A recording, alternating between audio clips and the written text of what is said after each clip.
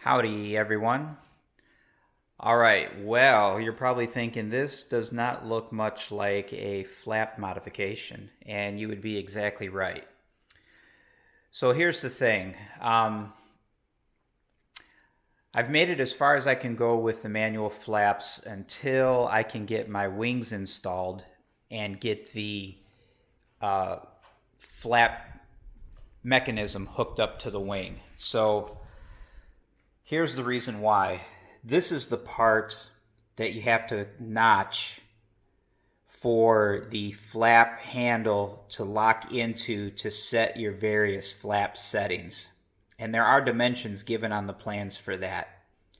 However, what I'd prefer to do is to have the wings installed on the airplane, have the flap mechanism connected to the flap itself on the wing, and then actually with the fuselage level and the wings set up the way they're supposed to be set up, have the flaps actually in place, and then set the flap angle where I want it, and then come back in and with the flap handle basically as a marker, wherever it falls on this, I'll make a mark.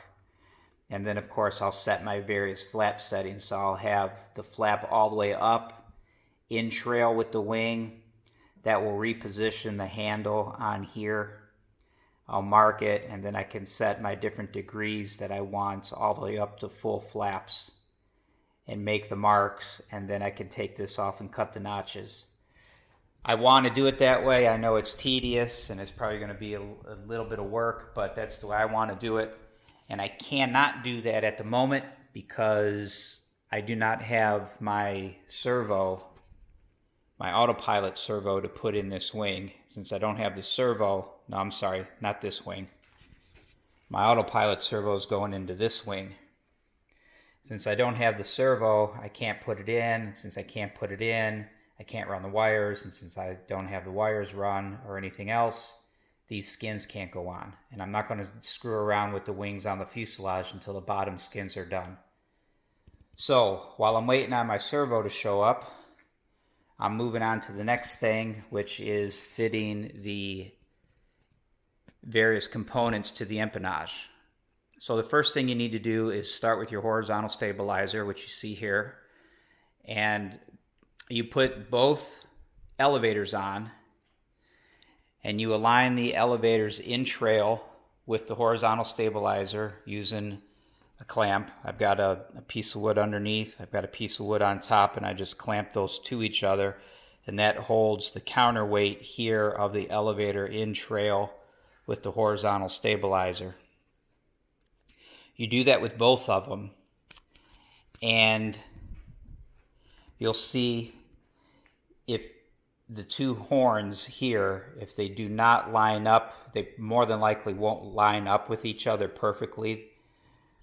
You choose whichever one of the two horns is more aft. So here's the horizontal. Of course, the front of the airplane is out this way. So which of the two horns is angled more aft? That's the one that you remove, which I've already done. And on that horn,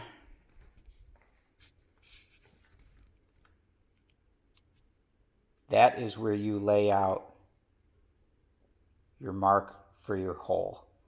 All of this is explained in the written instructions, and on the print itself it shows you the dimensions to mark this hole. So this horn, when it was installed, this horn was more aft than the other horn. So this is the horn that I do my measurements on. I'll drill this hole, and then I'll enlarge it to the proper size. Then I'll reinstall it on the airplane, put this elevator in trail, just like I did this one, using some wood and C-clamp. So now if you can imagine, this elevator is now in place. The horn is going to be in here. It's going to be a little bit aft of this one. It's already going to have the hole in it. between the two horns, I'll put either a piece of aluminum or some kind of a heavy or a nice solid piece of wood between the horns with a hole already pre-drilled through it, nice and square. And use that as a drill gauge to come through your existing horn, through that hole, through the block that you make with its perfectly squared hole, and then you match drill this horn. That will all make sense when you read it, when you look at it, when you actually get into it, but that's what I'm working on now. So I'm going to pre-drill that horn as I've already have it laid out. I'll bring it over, install it, and then match drill it through to this horn. All right. And like I said, I'm working through this because I don't want to sit and wait for that servo to come in for the wing. I'm not going to let my manual trim hold me up. So while I'm waiting to finish that, I'm moving on to this. And whenever the servo shows up for the wing, I'll jump back over, I'll put the servo in, I'll videotape those segments, I'll wire the wing, of course I'll videotape that, and then I'll rivet the skin on. I probably will not videotape the actual skinning or the actual riveting of the skins because I've already done that, but I'll probably do some snippets perhaps, don't know. But anyway, let me get moving on this horizontal stuff and I'll talk to you guys later. All right, so as you can see, I've got this other elevator is now in place, and just like the other side, I've got it clamped across the horizontal stabilizer to hold it in trail with the horizontal stabilizer. And if you sight down from the end of one elevator, if you sight down across that elevator to the other one, you can see that they're nice and lined up one with the other. I really don't know how else you can do it, but as long as you have it clamped across here, and if you sight down from one to the other, they look like they're in line. That's probably about as close as you're going to get them. So at this point, like I said, I had already determined, according to the instructions, that this horn was further aft than this one. So this is the one that I took off. I made the measurements according to the plans, and I pre-drilled this horn with a number 30 drill bit. Put the elevator back in place, clamped it back in place to verify that this one, as best I could, is in trail or is in alignment with this one. I've got my wood spacers here to fill the gap between these two. Once I figured out how thick this spacer needed to be, I went ahead and I pre-drilled this with a number 30 drill bit. This is a piece of red oak, and this is a piece of 1/8 inch plywood. So these are both been drilled through on the drill press with a number 30 hole. Now you want to make sure that the faces of your spacer, this face of the spacer and this face of the spacer, you want them parallel to one another, and you want them flat. You pre-drill your spacer, then you come back, you align the hole in your horn with the hole in your spacer, and then clamp the assembly together. And then you take your number 30 drill bit with your drill, and you come through your existing hole, through these pieces that I've already pre-drilled, and drill through this horn. That gives you a nice square hole all the way through. This basically acts as a drilled jig. At that point, if you're happy with it, then you can drill it up to full size for an AN3 bolt. I went ahead and just used a 3/16 drill bit. These two holes might be a little snug, but I prefer that in this type of a situation. I didn't use a number 12 drill bit. That one's slightly larger. I just went ahead with a 3/16. So now that is done. I'm not really sure what comes next, but at least I got that pre-drilling deal out of the way. And at this point, I just have to read the instructions and see what's coming up next. All right, let me get to it. Howdy, everyone. All right, well, it's come time to fit this horizontal stabilizer to the fuselage. Now, I had it on the airplane yesterday, and one thing that I want to point out,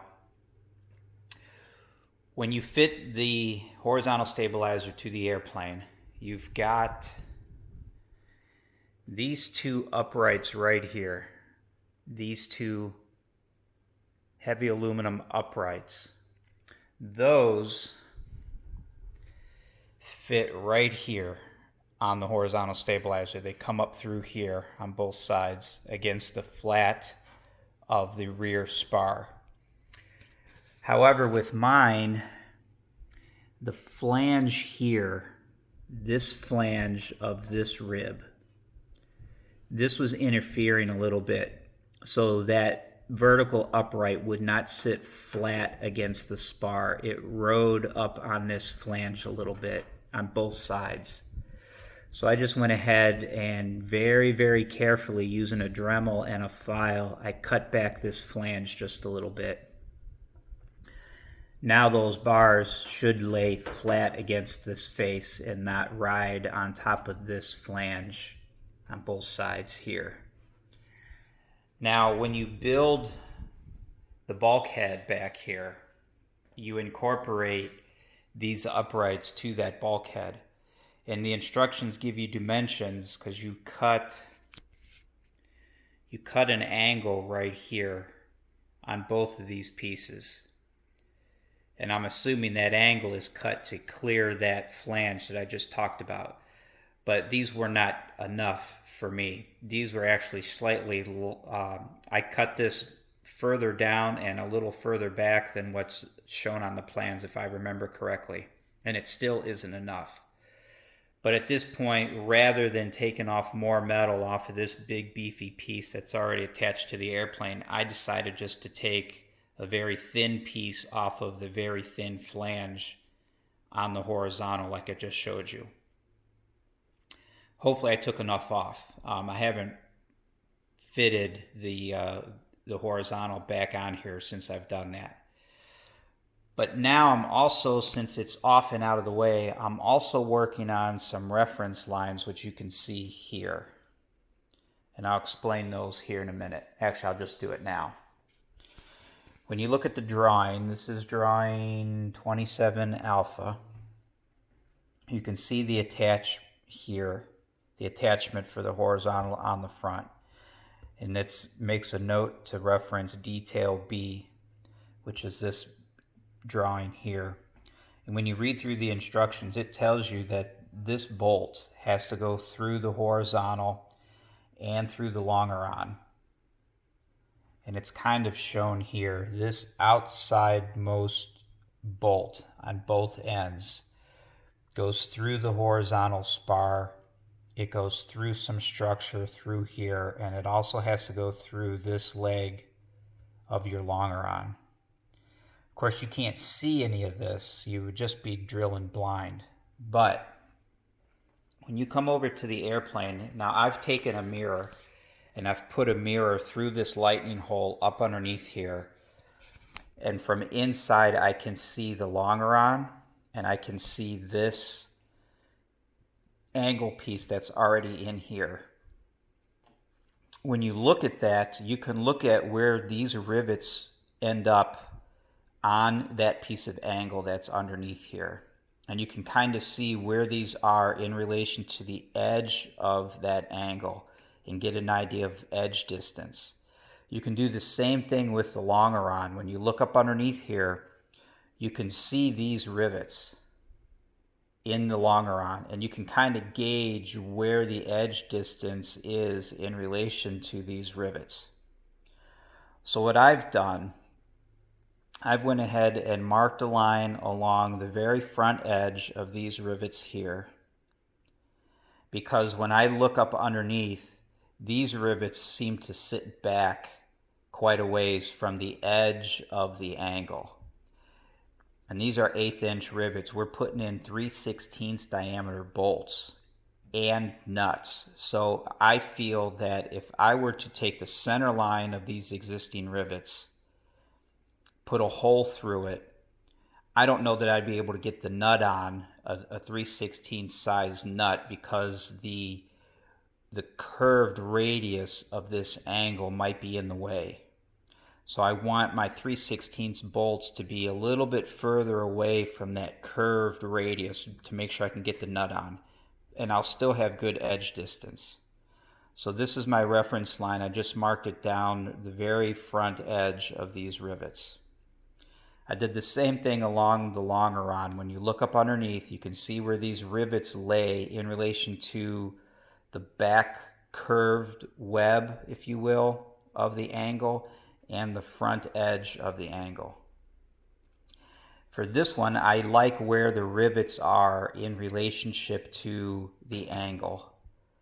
So I went ahead and drawed a reference line down the center of these rivets.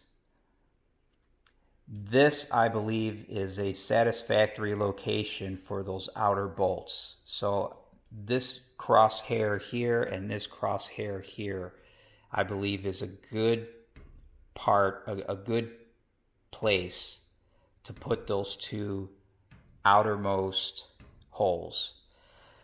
And then I went ahead and I carried this line down the side of the fuselage. So at this point, what I think I'm going to do, I'm going to bring the horizontal back over. I'm going to put it in place here. And I'm going to pin it up against these uprights on this side. There's a spacer I have in here, which is also talked about in the plans. This is 3/16. I might actually have to go a little bit bigger. I'm not there yet. We're just drilling holes. Actually, we're just drilling these front holes up here. Got a spacer just to keep it a little bit more close to real world. Put the horizontal on up here. And then at that point, I'm going to position it per the plans, make sure that it's square and true to the fuselage. And then I'm going to see using these lines here, and if I can, I don't think I'll be able to see these, but I should be able to see these lines. I can kind of gauge where these reference points are going to fall, where those reference lines will ultimately end up in relation to this front spar here. So with those lines being drawn down the side of the fuselage, when this is in place, I should be able to see those lines and see where this angle piece rests in relation to those lines, with this square and in position correctly in relation to the fuselage itself. And hopefully they'll be in a good enough position that I can go ahead and drill those nice and square now through the fuselage, put this in place, and then using my drill bit method, I can come back up through those existing holes and make a mark on this piece, and then take this back off, drill those holes, put everything back, and it should match. And it should be in a nice location on both those pieces, the long rod and the cross angle, and they should be in a good location on this angle. So let me do that. Let me throw this up there and see how it looks, and if I'm comfortable, I'll go ahead and drill those first two holes.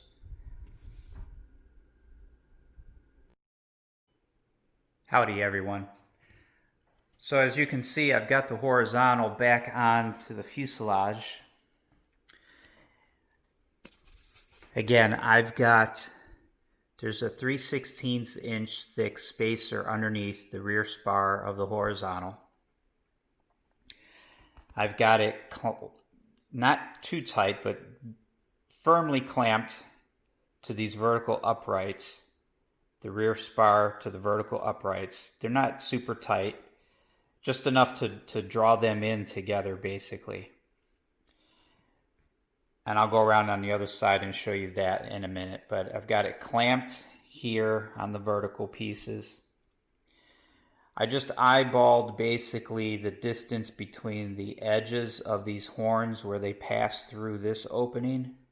If you look, basically the gap between this edge of this deck plate and the edge of the horns on both sides, that gap is even, just eyeballing it. And then I went ahead and I measured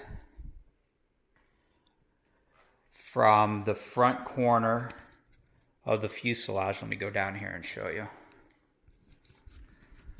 So what I've done is I took a cleco out of here and I put my tape measure on this edge of the firewall, and it kind of rests against the lip of this short cleco. That's where I put my tape measure, and I've done the same thing on the other side of the fuselage as well. So I measure from that point back to the outer edge of the horizontal. I reference this very first rivet. So taking a measurement on this side and on the other side, I was able to take the horizontal and move it in this fashion here to get those two dimensions equal. Now at that point, here is the line that I was talking about. Let's see if I can get in here. Let's see. I don't know if this will show up, but here's my black reference line that I had drawn. And you can see up in this crack here, you can see where the angle, the angle that's on the bottom of the spar for the horizontal is right here. And you can see where that black line kind of ends up in relation to the front edge of that angle going across this way. So you can see where, if I were to put a hole in line with this mark, it would end up being roughly centered on that angle going through, or actually it'd be going through this way. So now I'm pretty confident, actually I'm very confident that I can take the horizontal off and I can go ahead and drill those first two holes as I had showed a minute ago through the longeron and through the support angle that's inside here going across. I can pre-drill both of those holes, and I know that they're going to work out very close with this existing angle of the horizontal. So here is that angle piece that I'm talking about here. That line that's drawn on the side of the fuselage, it comes up and it looks like it's pretty much centered, maybe a little forward of center on this leg of this piece of angle. So like I said, I've checked it on both sides because this is able to move like this. So you want to take your measurements from the corner of the fuselage back to the ends of your horizontal to get this set up where it needs to be in position. And then you can look at your lines on the side of the fuselage and reference that line in relation to where it falls across the face of this angle here. So I'm happy with what I'm seeing. I'm going to take this off. I'm going to pre-drill those two holes. I'm going to bring this back. I'm going to clamp it. I'm going to take my measurements from the corner of the fuselage to get this set back where it needs to be. And then I'll reach up through these lightning holes here. I'll reach up underneath with a drill bit through those pre-drilled holes and mark the location on this piece at each end. And then I'll take this back off and I'll see exactly where those marks lay in relation to this piece. And if I like what I see, I'll go ahead and drill them. Then I can bring this back and start drilling more holes. But let me get there and then we'll talk about it. All right, so now another little hint, if you will. I center punched the mark, the crosshairs here, and now that I have it center punched, I was wondering, how am I going to drill through all of this material that's in here and keep it straight? Because wherever you put your mark here, wherever you start the hole, that's where you want it to exit on the bottom side. If you're at any kind of an angle, the exit point's going to be somewhere else, and that's going to cause you issues with edge distance or maybe being able to get the nut on. So here's what I've done. I took a piece of, this is red oak, it's a hardwood, and I went ahead and I pre-drilled the wood with the different size drill bits that I'm going to be using. So I've got a drill bit in this hole, then I've got another size bigger, and then the final size for this hole.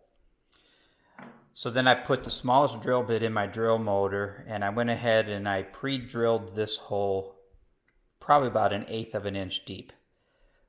Of course, I tried to keep it as perpendicular as I could, but I just went deep enough so that I can get this drill bit to rest inside of there.